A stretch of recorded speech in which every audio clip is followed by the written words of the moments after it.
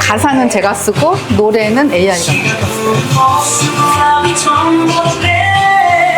우리 연령대 맞아. 사랑의 편지 사랑의 속삭임 바보의 덩이가 여행만 쓰네 바다를 가리는 그리운 노래 스쳐서 너무도 싫은 날인데 소원이었던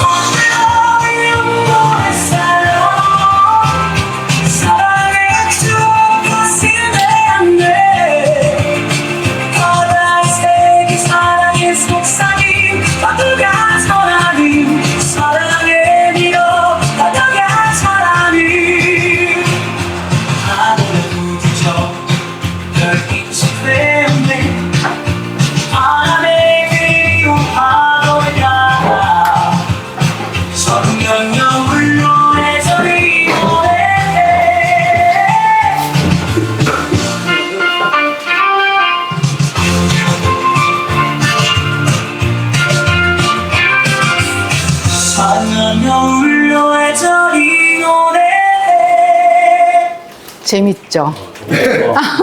이거 트위스트풍으로 이제 제가 이렇게 명령어를 주는 거예요. 그래서 이렇게 만들어. 가사는 제가 쓴 거고. 그래서 이렇게 노래 어떤 풍으로 뭐 발라드 뭐 내가 원하는 거 뭐든지 줄 수 있어요. K-팝으로 해줘 할 수도 있고. 동요로도 할 수 있죠. 근데 이거 가사가 동요가 되기에는 좀 그렇죠. 내 핸드폰 벨소리 이걸로 바꿔놨잖아. 너무 좋아. 이미 끝난 사랑 난 이제 이 노래가 조회수가 더 높아요. 이게. 당신이 떠난 걸 알고 있으니까 이제 가봐요 당신은 이거는 요즘 애들 한국 애들 노래풍. 짧게 한마디 주문했어 난 혼자 중얼 걸어요 아니라고 남겨진 사랑 지쳐버린 사랑 당신은 멀어지면 말하죠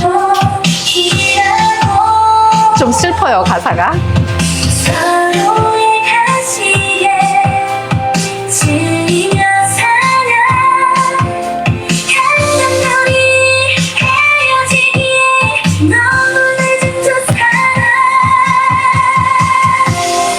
사랑하기엔 너무 멀어진 두 사람 사랑이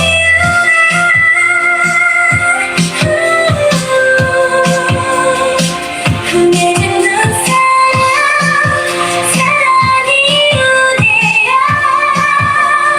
너무 멀어진 두 사람 사랑이엔 너무 멀어진 두 사람 사랑이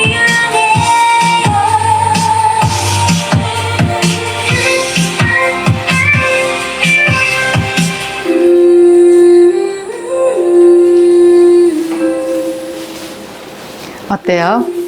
AI가 이 정도로 지금 하고 있어요. 지금 이 노래 두 곡을 들으시면서 어떤 느낌을 가지셨는지 모르겠는데, 가사가 중간에 이렇게 좀 무슨 말이지 하고 좀 튀는 부분이 몇 군데 있어요.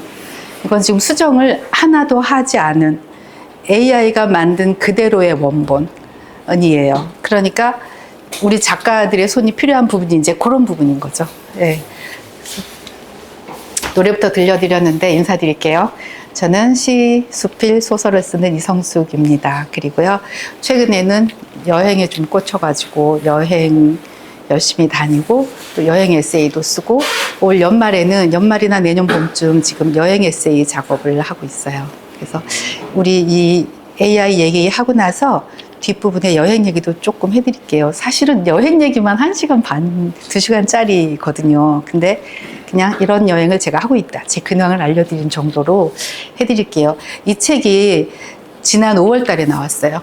제가 에세이집을 세 권을 내고 그리고 이제 실용서를 글쓰기 실용서를 냈는데 여기 보면 공저자 이름에 챗 GPT라고 써 있단 말이에요. 공저자의 챗 GPT를 쓴 책이 얘가 처음이래요. 앞으로 나오겠죠. 그리고 글 쓰는 사람으로서 AI에 관련해서 책을 쓴 사람이 또 제가 처음이래요. 일단 제가 그런 기록을 가지고 있습니다. 그리고 한번 이 책 소개 겸 제가 이제 이 AI를, 제가 AI 전문가는 아니에요. 공학자도 아니고. 근데 AI가 너무 우리 일상에 깊이 들어와 있잖아요. 그러면은 내 영역에는 AI가 얼만큼 들어와 있는지, 나는 어떤 준비를 해야 되는지, 그게 궁금해서 AI를 공부를 좀 했어요. 한 3개월을 열심히 공부했어요. 공부하고 2달 만에 이 책을 쓴 거예요. 그래서 이게 책 한 권을 쓰는데 다른 분들은 어떤지 모르겠는데 이 2달 만에 책 쓰기가 저한테는 불가능한 일이에요.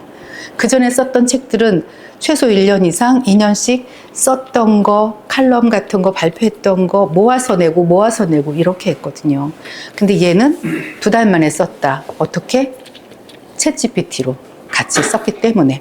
여기 공저자에다가 챗GPT라고 올려놓은 거는 그만큼 의미가 있죠. 걔가 공헌한 게 50%는 공헌을 했다고 생각하는 거예요. 50%는 아니고 49%. 제 소개고, 디지털 문인협회라는 게 있어요. 디지털 문인협회 제가 북코치로도 활동하고 있습니다. 그래서 여러분들이 개인 책 내고 싶으실 때 제가 좀 도움을 드릴 수가 있어요. 그런 일도 하고 있고, 이 책 첫 부분에 있는 건데 AI가 더 이상 미래가 아니다. 여러분 다 공감하시죠? 제가 지난 5월 달에 미국을 갔다 왔거든요. 아리조나 들러서 LA 갔다 왔는데 너무 깜짝 놀랐어요. 도로에 서 있는데 뭐가 이렇게 생전 처음 보는 게 왜 스타워즈 같은 영화에서나 볼 법한 그 우주선 같기도 하고 막 그런 게 옆으로 확 지나가요. 깜짝 놀랐어요. 그게 무인 전기차래. 구글에서 만든 웨이모. 그러니까 미국에는 웨이모가 다니고 있는 거예요. 그러니까 우리는 아직 뉴스거리잖아요. 근데 제가 그걸 보고 왔어요. 그 택시처럼 이렇게 차 머리 위에 그 뭐 있잖아요. 택시들. 그것처럼 이제 뭐 그런 게 있고, 그 라이트 있는 부분에 카메라, 센서, 여기에도 센서 이런 게 있어서 걔가 이제 속도며 거리며 이렇게 조절을 하는데 왜 좀 이렇게 더듬더듬 거리고 갈 것 같죠? 안 그래요. 굉장히 빨리 다녀요. 굉장히 이게 예민하고. 그래서 제가 너무 깜짝 놀랐어요. 뭐 아마존 헤이 시리, 하이 알렉사 이러면서 뭐 불 꺼줘, 뭐 라디오 켜줘 이러는 거 많이 경험들 하셨죠. 자율주행 차량 이렇게 일상 속에 이미 우리는 AI 속에 쑥 들어와 있다. 그런 얘기고, 이제 공동 저자로서의 AI. 그래서 제가 그래? 그러면은 내 영역에서는 AI가 얼만큼 침투해 있고, 나는 이것을 어떻게 이용할 것인지. 그래서 제가 공부를 좀 했다고 말씀드렸잖아요. 그래서 실제로 AI를 활용해서 글을 쓸 수 있다는데, 그럼 해볼까? 제가 해본 거예요. 그리고 했더니 진짜 너무 재미있고, 진짜, 이게 AI가 단순히 텍스트만 써주는 기능을 하는 게 아니에요. 창의력에 도움이 되는 거예요. 보조 작가 역할을 충분히 하더라고요. 그리고 요번에 2024년도 이거 뉴스에 굉장히 이렇게 좀 크게 보도됐던 사건 중에 하나인데, 아쿠다가와상, 일본의 굉장히 권위 있는 문학상이거든요. 아쿠다가와상 수상 작품이 도쿄도 동정탑이라는 건데, 제가 뭐 읽지는 않아서 내용은 모르는데, 이 작가가 5% 정도를 AI 생성 문장을 썼다고 고백을 했어요. 그래서 이 작품을 수상작에 넣을 것인지 말 것인지, 그 기준이 뭘까요? 창작이냐 아니냐. 이 기준에서 AI가 쓴 거, 말하자면 우리가 남의 거 카피한 거, 표절한 거, 표절 굉장히 중요한 이슈잖아요. 창작하는 사람들 속에서는. 그런데 그러면 남의 걸 보진 않았는데 AI가 AI 도움받았고 문장을 썼어? 그러면은 창작 아니잖아, 이거. 이래서 논란이 좀 되었었는데 결국은 수상작으로 선정이 됐고, 그래서 이렇게 보는 거죠. AI 도움을 받아서 쓴 것이지 그 글의 구조나 어떤 상황이나 이건 전부 작가가 제시한 거잖아요. 그죠?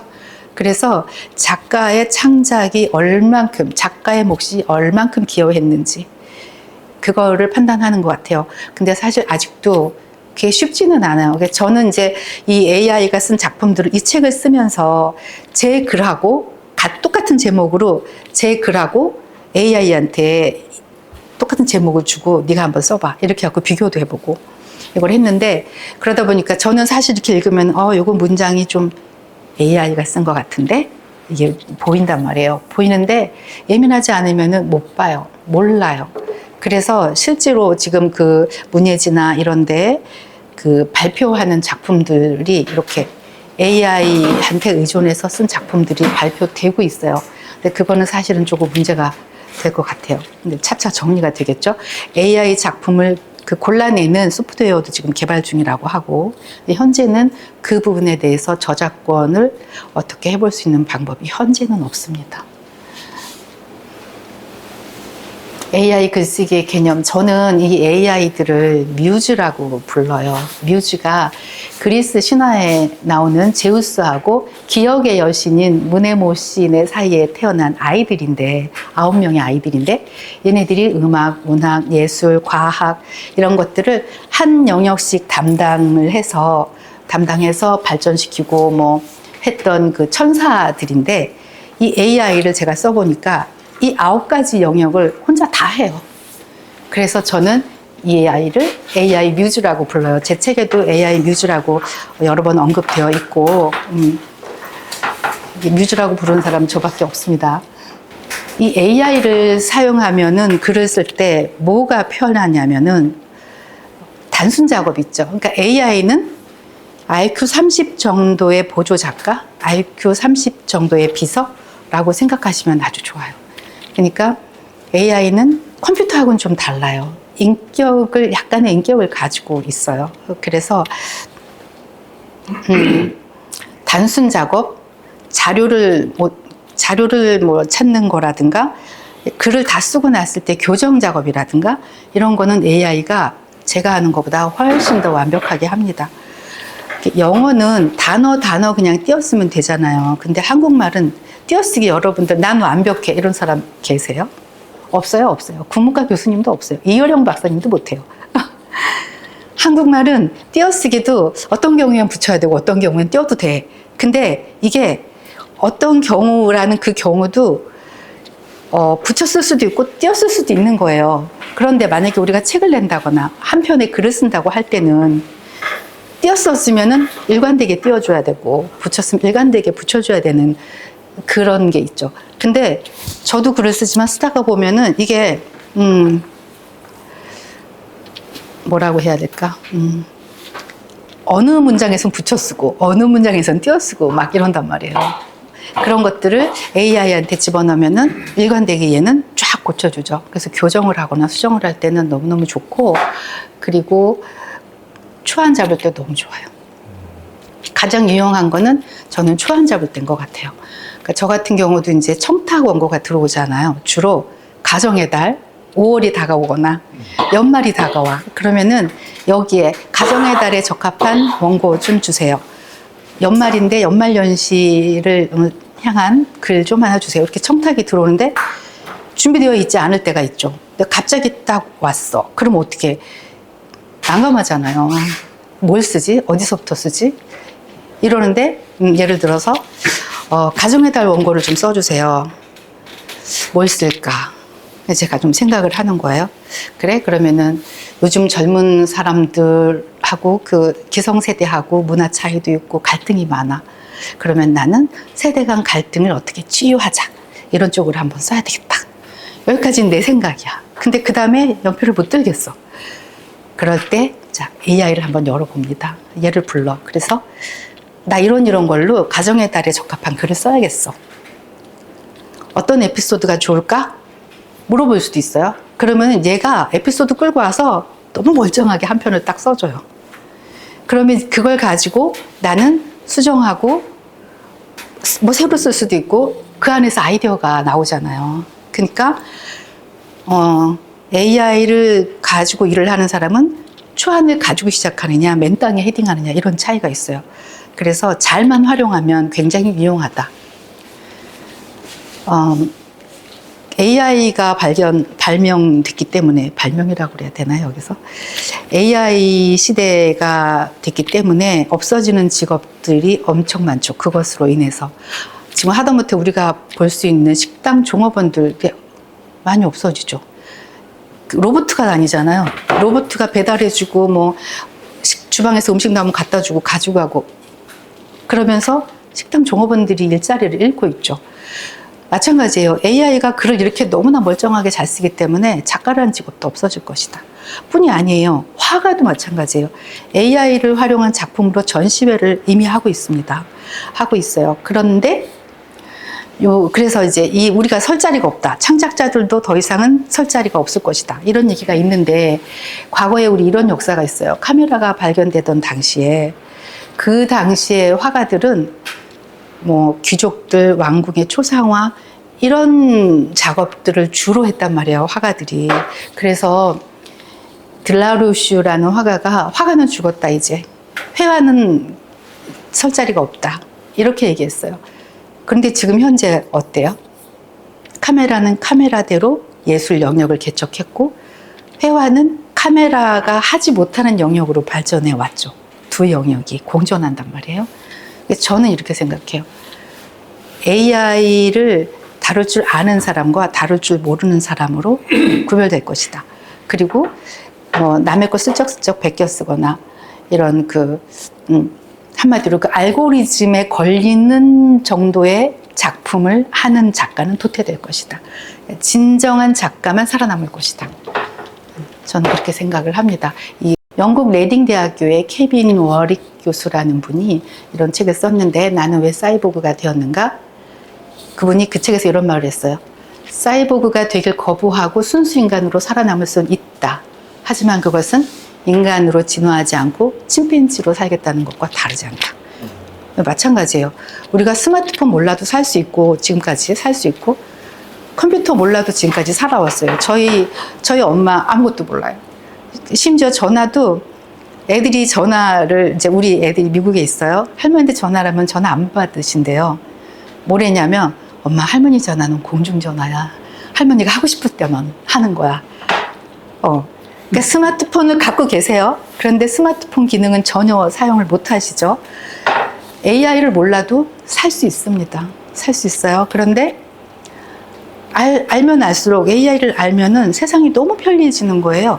우리가 컴퓨터가 나오면서 저는 이렇게 옛날 타자기 있잖아요.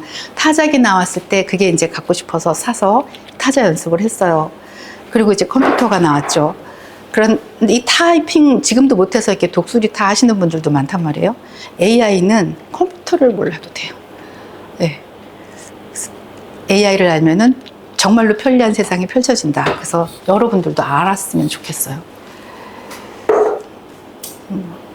AI를 활용한다고 해서 아까도 제가 말씀드렸지만 작가의 영역이 없어지는 건 아니다. 모든 걸 AI한테 맡겨가지고 글을 얻는다면은 그거는 영혼이 없죠. 작가의 영혼이 담기지 않은 글은 창작이 될 수 없죠. 아까 그 아쿠다가와 상 받은 사람은 이게 완벽하게 창작으로 인정이 됐기 때문에 그 상을 수상한 거거든요. AI로 글을 쓴다고 해서 글의 주제는 어떻게 잡고 글의 구조는 어떻게 만들며 문장의 호응은 어떻게 해야 되는지 이거를 모르고서는 안 돼요.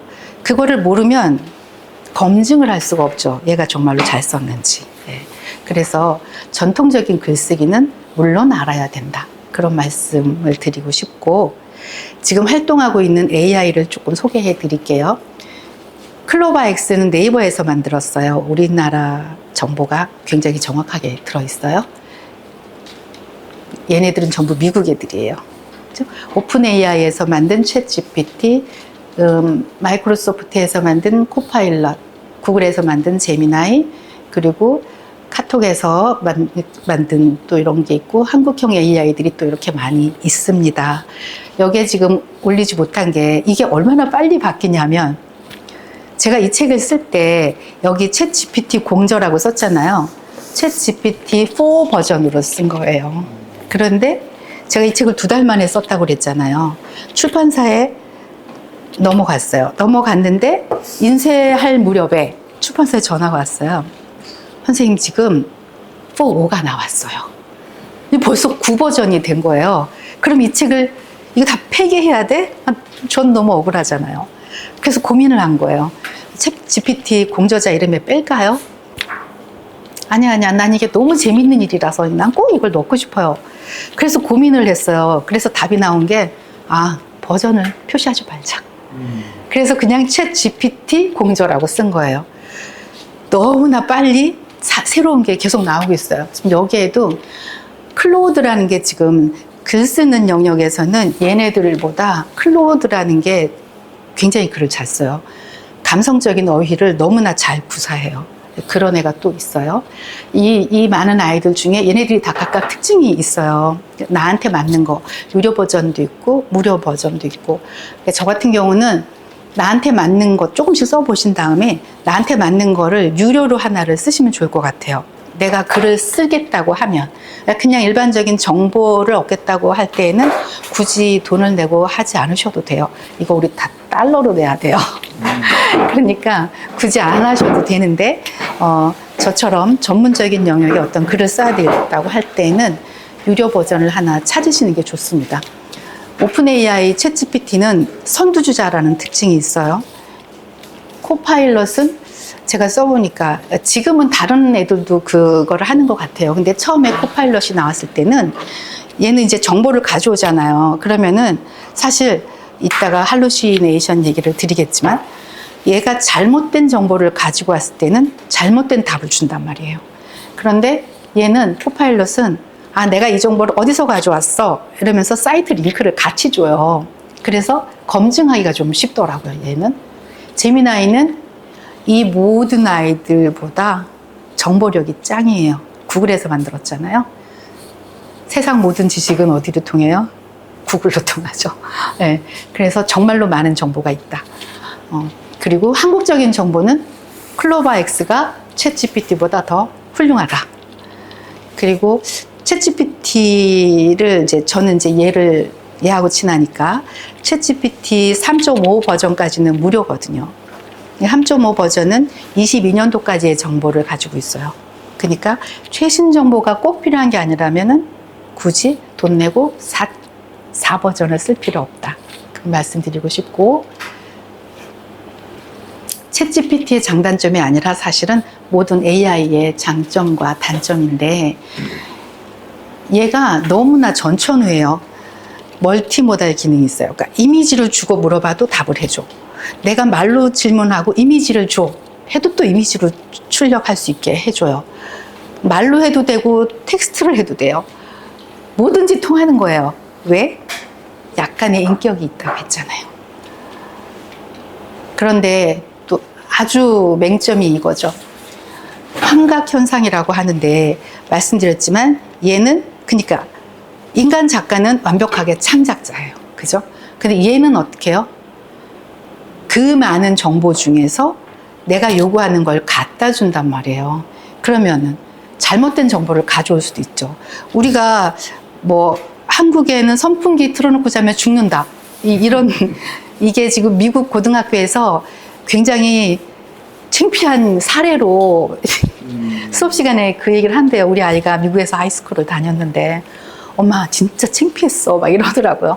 근데 선풍기를 켜놓으면 죽는다라는 정보를 얘가 가져왔다면은 내가 물어봤을 때 그렇게 잘못된 대답을 할 수가 있죠. 그래서 AI한테 정보를 얻어올 때는 반드시 검증을 하셔야 된다. 그걸 말씀드리는 거고, AI하고 작업을 할 때 가장 중요한 요소고 핵심 요소인 거는 프롬프트예요. 우리가 AI한테 주는 질문을 프롬프트라고 하는데 이렇게 6가지 요소가 들어가면은 좋습니다. 하나씩 볼게요. 명령어가 반드시 들어가야 된다. 요약해줘, 번역해줘, 뭐 이렇게 명령어가 들어가는데 한 번에 한 가지 명령만 주는 게 좋다. 예를 들어서 어떤 작품을 주고 뭐 번역을 해야 된다고 쳐봐요. 이거 번역해서 요약해줘. 이러면은 얘는 이제 과부하가 걸리는 거죠. 얘는 지능이 30%, 30이거든. 하나만 번역해줘. 그래서 받아요. 번역물을 다시 집어넣어. 이걸 요약해줘. 이런 식으로 하셔야 된다는 얘기예요. 그 다음에 이게 어떤 상황의 글인지, 어떤 배경인지, 내가 어떤 목적으로 이 글이 필요한 건지, 논문인지, 에세이인지, 뭐 시인지, 그런 것들을, 상황을 구체적으로 얘기해 줄수록 얘가 맥락을 이해하기 쉬워져서 정확한 답변을 줄 수가 있다. 그리고 계속 얘기하는 거지만 얘는 약간의 인격이 있어요. 그런데 이게 굉장히 중요한 문제인데요. 얘의 인격을 내가 정말로 100% 활용을 하기 위해서 내가 어떤 회계 논문을 쓴다고 해보세요. 그러면은 네가 전문 회계사가 되어서 이 글을 써줘. 그러면 이 친구가 회계 관련 용어들을 막 갖다 쓰겠죠. 지가 회계사인 척 하느라고. 저 같은 경우는 글을 얻을 때 어떻게 하냐면 그냥 어떻게 할까요? 낙엽진 가을 거리에 대해서 수필을 쓰고 싶어 라고 얘기하면 물론 써줘요. 한 대여섯 줄 써줘요. 10줄 정도 써줘요. 그런데 제가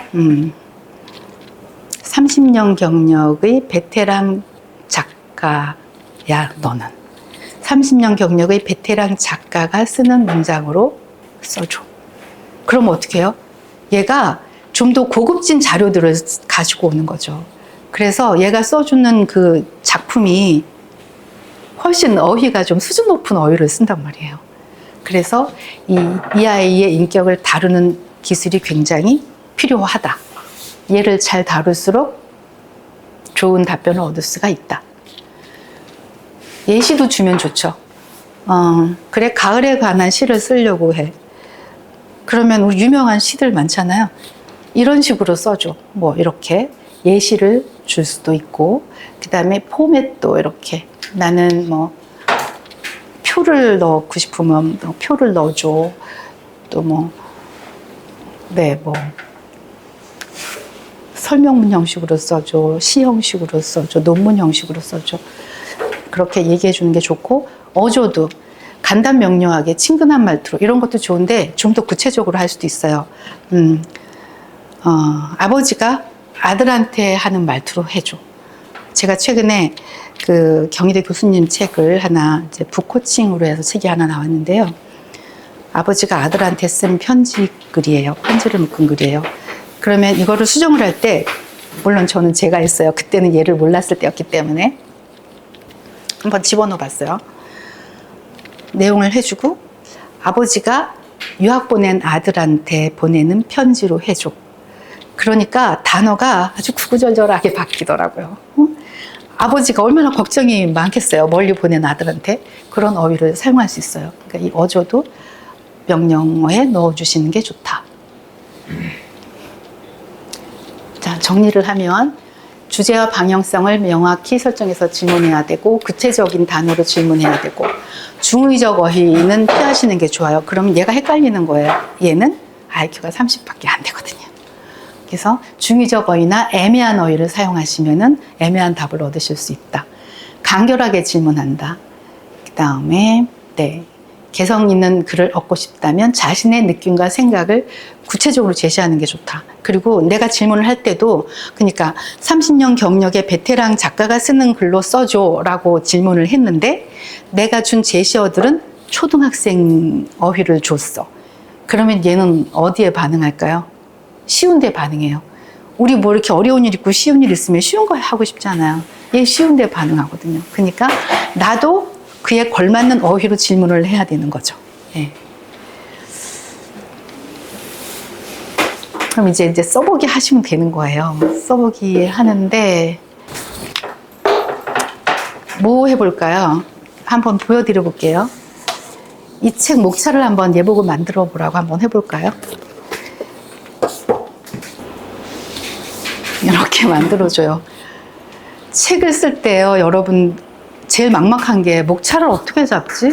어떤 이야기들을 집어넣어서 책 한 권을 만들지? 이게 되게 고민이 되는 문제거든요. 이렇게 너무 멀쩡하게 만들어주잖아요.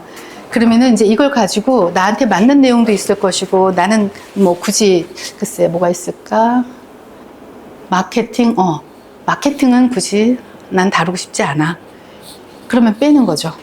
이거 빼고, 그러면 이제 이렇게 이걸 보다 보면은, 아, 그래? 그러면 이런 걸 쓰고 싶어. 이 막 아이디어가 생긴단 말이에요.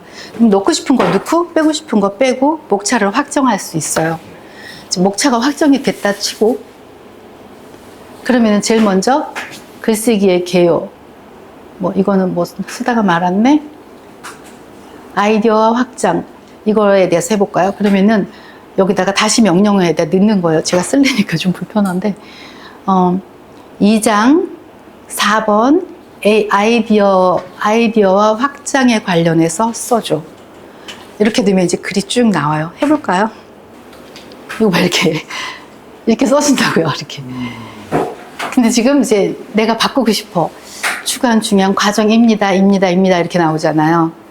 이다로 바꿔줘. 이러면 또 싹 바꿔갖고 이다로 바꿔줘요. 네.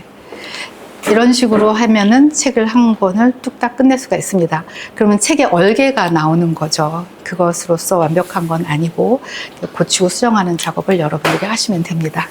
높아질 것 같아요. 그래서 좀 걱정인데요. 클로드라는 애를 제가 아까 얘기했잖아요. 클로드는, 그러니까 챗GPT가 쓴 글은 좀 보면 알겠어요, 제가. 아, 이거는 챗GPT로 썼구나. 어떤 분이 저한테 글을 하나 보냈어요. 사실은 그 AI로 글쓰기 강의하시는 선생님인데 저보고 저를 테스트한 거죠. 저한테 보내고 이 글 리뷰 좀 해주세요. 이거 자기 학생 글인데. 그래서 제가 이거 약간 AI 냄새가 나요 라고 말했어요. 그랬더니 제가 그걸 모르겠어요, 좋아요 이랬으면 제가 얼마나 바보가 되는 거예요. 진짜 아찔한데 이렇게 보여요. 근데 클로드가 쓴 글은 모르겠어요. 너무 잘 써요, 진짜. 그래서 진짜 이래도 되나 싶은 생각이 들긴 합니다. 네. 여행 얘기 제가 조금만 드릴게요. 여행 이야기로 사실은 따로 강의가 충분히 되지만 오늘은 뭐 여행 이 강연을 하는 건 아니고, 노후 무엇으로 채울 것인가? 여러분들은 어떻게 생각하세요? 무엇으로 채우고 계십니까, 지금? 고민하고 있죠, 그래서. 네. 저는 한 15년 전에 제가 갑상선암 수술을 했어요. 사실은 한 20년쯤 전에. 그리고 이제 갑상선암이 아무것도 아니라고는 하나, 걔도 암이더라고요. 제가 한 2년 동안 침대에서 몸을 일으키지를 못했거든요. 그러다가 이제 회복이 되니까 세상이 다르게 보이는 거죠. 네. 처음에는 원망. 왜 내가 이러지? 나 너무 착한데? 그 다음에는 내려놓게 돼요. 그 몸이 아프니까 모든 희망이 사라지더라고요. 그리고 다시 이제 창을 열고 밖을 보니까 그때는 세상이 아름답게 보이는 거예요. 지나가는 어린아이가, 저는 코 흘리는 애들 진짜 싫어했단 말이에요. 근데 지나가는 애가 다 예쁘고 풀 한 폭이, 나무잎 하나가 다 너무 귀하고 너무 아름다워요. 그래서 제가 세상을 보는 패러다임이 좀 바뀌었죠. 그걸 계기로. 그러면서 나의 나머지 인생은 무엇으로 채울 것인가, 이런 고민을 제가 했어요. 누구의 엄마로, 누구의 아내로 난 너무 잘 살아온 것 같아. 이제는 싫어. 난 내가 되고 싶어. 그게 뭘까? 제가 생각한 게 여행이었어요. 이 여행을 하면은, 그 아이들이 IQ를 개발시킬 때 어떻게 하는 줄 아세요? 다들 자녀 다 키우셨으니까 뭐 아시겠지만, 제 경우에는 제가 딸이 둘인데 애들이 다행스럽게도 이렇게 조금 똘똘하게 잘 자랐어요. 얘네들은 자기 또래보다 조금 더 어려운 책을 읽어요, 항상. 그게 역경 체험이라고 하더라고요. 제가 어떤 상담을 받았더니, 요즘 아이들이 역경이라는 게 없잖아요. 다 공주고 왕자들이잖아요. IQ가 개발이 안 된대요. 그래서 어려운 책을 읽음으로 해서 그 책을 다 읽고 났을 때 성취감, 그것으로 이렇게 머리가 깨어나고 그런다고 해요. 제가 그 경험을 여행을 통해서 하는 거예요. 여행은 역경 체험이다. 일단 집을 나서는 것 자체가 두려움의 시작이죠. 저는 전업주부로만 평생 살았었고, 진짜 어디 간다 그러면은 남편이 태워다 주는 차 타고 갔고, 나 이제 집에 갈 거야? 그러면 데리러 오는 차 타고 집에 오고, 이렇게 살았었어요. 그러니까 나 혼자 어디 이렇게 나간다는 거, 정말 낮에 친구들 만나서 칼국수 먹는 거 외에는 혼자 어디 가본 적이 없어요. 근데 여행을 하기로 작정을 하니까 제일 처음에 간 곳이 홍콩이었는데, 비행기 표는 어떻게 끊지? 지금은 제가 영어를 조금 해요. 미국에서 좀 살았었기 때문에. 그때는 뭐 이도저도 안 됐어요. 그리고 이게 경험이 없잖아요. 그러면 우리가 How are you, Good morning 다 안단 말이지. 이거 초등학생 영어란 말이죠. 근데 안 나와요. 이게 익숙하지 않으면. 그러니 어떡하지?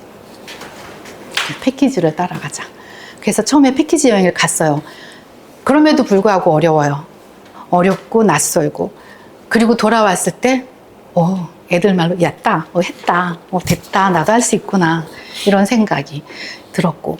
여행을 갔다 올 때마다 저는 제가 조금씩 성장하는, 어제보다 조금 나은 내가 되는 그런 체험을 제가 했습니다.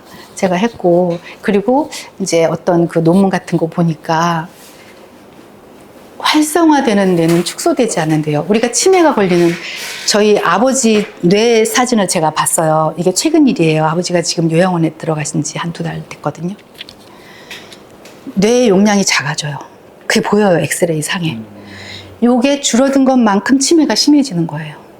그런데 뇌가 활성화되잖아? 그러면은 절대로 치매가 걸리지 않죠. 뇌 용량이 꽉 차 있으면 치매 걸리지 않는 거예요. 뇌가 죽지 않으면. 여행을 하는 동안에 집중하게 되죠. 나한테. 길도 찾아야 되지. 뭐 비행기도 놓치면 안 되지. 기차 시간도 챙겨야 되지. 그리고 어디 갔다 왔는지 저녁에는 사진 정리해야 되지. 여기가 어딘지 메모돼야 되지. 나 먹고 싶은 거 어디 가서 먹어야 되지. 여기 한국 음식 파는 데는 어디 없나. 온전히 나를 위한 집중이죠. 그러면서 엔돌핀, 도파민, 아드레날린 이런 애들이 몸에서 나오면서 너무나 행복해지죠. 이건 몸을 위한 보약인 거죠. 그리고 정말 부딪히는 모든 일이 감동이에요. 제가 오스트리아 린츠 갔던 얘기를 해드릴게요. 린츠가 한동안 굉장히 경제적으로 낙후됐었대요. 경기가 이렇게 나빠지니까.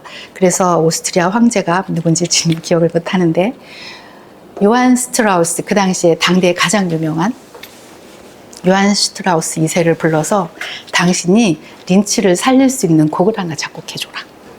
그래서 요한 스트라우스가 그 강가에 갑니다. 강가에 가서 그 강 이름이 뭐지? 까먹었는데,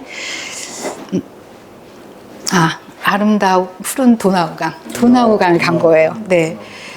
빈에서 이렇게 린츠까지 그 도나우강이 흐르는데, 도나우 강가에 앉아서 어떻게 린츠를 살리지?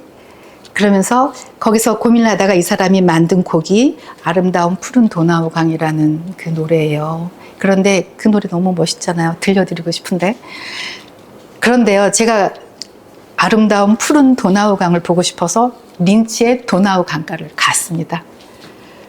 어땠을까요? 한강보다도 너무 후진 거야. 진짜 아름다운 경치 하나도 없어. 뭐 프랑스나 뭐 이런데 유럽 그 강들 굉장히 강변이 예쁘단 말이에요. 예쁜 배도 다니고, 얘네는 배도 안 다녀. 너무 밋밋해. 게다가 그날은 비까지 왔어요. 너무 재미없는 거예요. 그래서 속았다.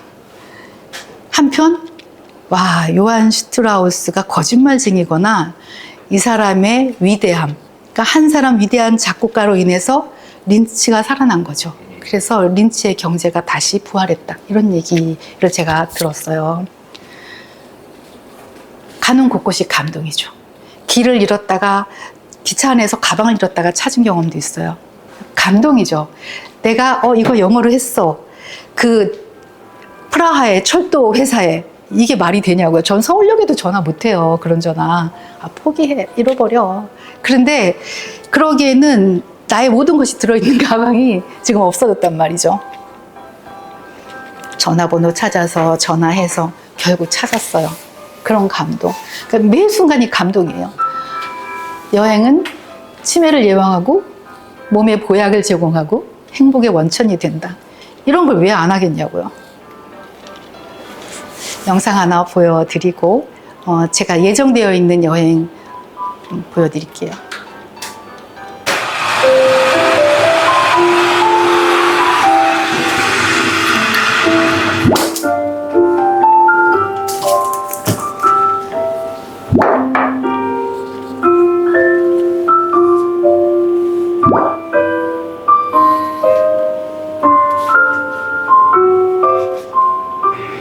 여행은 삶이 돌연변이 같은 거라고 생각합니다. 평화로운 일상에 파문을 일으키죠. 그런데 그 돌연변이가 우연히 발견한 네잎클로버 같은 거라면 거기에 중독되지 않을 수 없죠. 스위스 마테오른. 인생은요, 폭풍우가 지나가기를 기다리는 게 아니라 비 올 때 춤추는 법을 배우는 거라고 합니다. 어려움이 닥쳤을 때 적극적인 자세로 문제를 끌어안다 보면 그 속에 숨어 자라고 있는 희망, 또 다른 행운, 그런 것들을 만나게 되기 때문입니다. 조개잎이라는 진주를 낳습니다. 흑연이 고온 고압의 환경을 견디면 다이아몬드가 됩니다. 모래가 고온에서 녹아내리면 반짝이는 유리가 되고요. 에벌레이프라는 나비가 됩니다. 제가 여행에 자꾸 나서는 것은 이런 여러 가지 불안을 구독하는 것인데요. 그 속에서 내가 몰랐던 빛나는 나를 만나게 몰타 섬이에요. 몰타 위에서 찍은.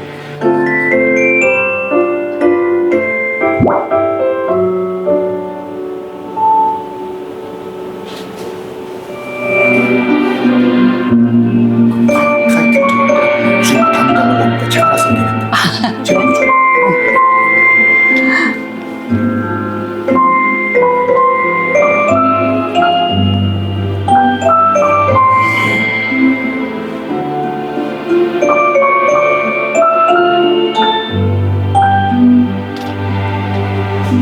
이 사람이 그 사랑의 불시착 그 드라마에서 행글라이더 타는 그 스턴트맨 했던 사람이래요.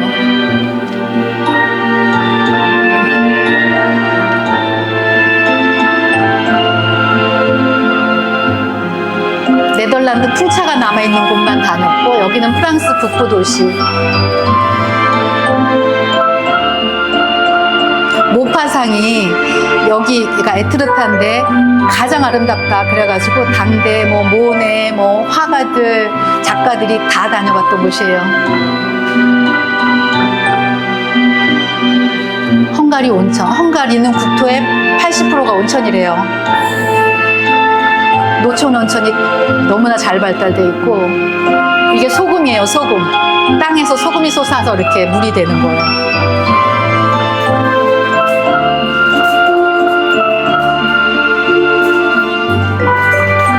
여기 스페인의 톨레도인데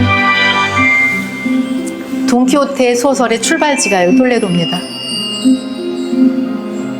여긴 스페인 북부 산탄데르. 그 알타미라 동굴 있고 막 그런데.